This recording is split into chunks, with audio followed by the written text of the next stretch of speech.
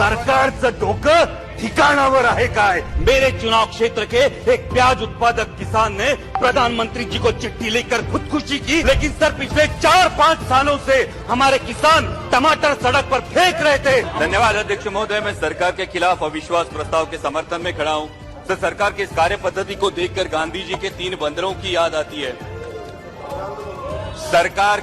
सरकार के खिलाफ कुछ भी मत सुनो, चुनाव छोड़ के देश के हालात मत देखो और विपक्ष के नेताओं को आइस करके उनकी बोलती बंद करो।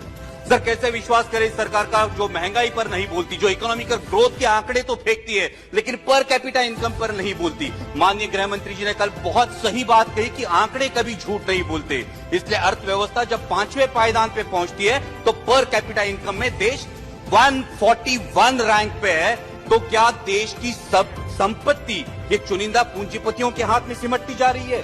सर, ये सरकार ने कई भाषणों में किसान सम्मान निधि की बात की, लेकिन सर किसान सम्मान निधि की बात हुई लेकिन पेस्टिसाइड्स और फर्टिलाइजर्स में 4 से 5 गुना इजाफा हुआ, इसकी बात नहीं की। अभी माननीय अर्थमंत्री जी बोल रही थी तब उन्होंने टमाटर के बारे में इंटरवेंशन की बात की, लेकिन सर पिछले 4-5 सालों से हमारे किसान टमाटर सड़क पर फेंक रहे थे, तो इन किसानों के आंसू पोंछने ये सरकार नहीं गई। सर, वही हाल आज प्याज के दामों का है।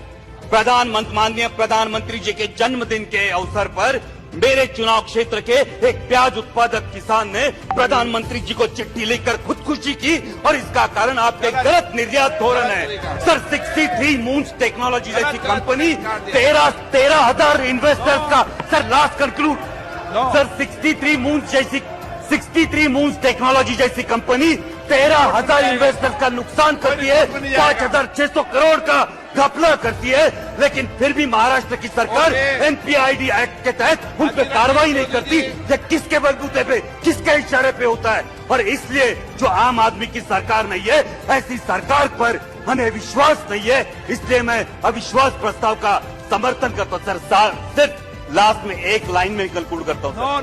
सर, एक लाइन में कंक्लूड करता हूँ।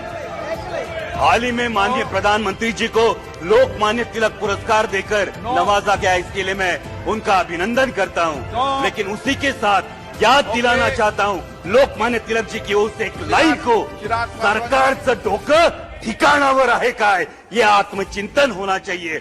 पगडी म्हणाली डोक्याला, पगडी म्हणाली डोक्याला, माझ्या मालकांची ओळख आहे ना तुम्हाला? ते असंतोषाचे जनक, देशाला भरडणाऱ्या परकीय इंग्रजांविरुद्ध तुमचे काय विचार? देश भरडणाऱ्या महागाई आणि बेरोजगारी विरुद्ध? गणेशोत्सवासारख्या धार्मिक कार्यक्रमानं त्यांनी बघता बघता देश जोडला। तोच देश जाती धर्माच्या नावानं पेटवणाऱ्यांविषयी तुम्ही कसं कधीच काही नाही बोलला? ते हसत हसत जाऊन आले देशासाठी मंडालेला। वाटतं तुम्हाला जावंसं देशासाठी जवळच्या पेटत्या मणिपूरला? त्यांचं वक्तृत्व अमोघ, तसंच तुमचंही। ते होते लोकमान्य, एका अर्थानं तुम्हीही। ते जहाल मतवादी, तसेच जहाल तुम्हीही। पण ते गरजले होते, सरकारचं डोकं ठिकाणावर आहे काय? याच शुभेच्छा ही पगडी घालताना व्हावं आत्मचिंतन प्रत्येक निर्णय घेताना। सरकारचं डोकं ठिकाणावर आहे काय? सरकारचं डोकं ठिकाणावर आहे काय?